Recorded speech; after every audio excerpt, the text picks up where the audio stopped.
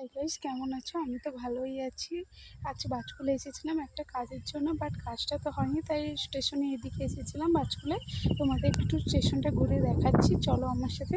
দেখো বন্ধুরা, এই যে দেখাচ্ছি তোমাদের দেশপ্রাণ স্টেশনটা কত সুন্দর। বাট এখন রোদ উঠেছে বলে হয়তো ঠিকঠাক আসছে না, বাট খুবই সুন্দর।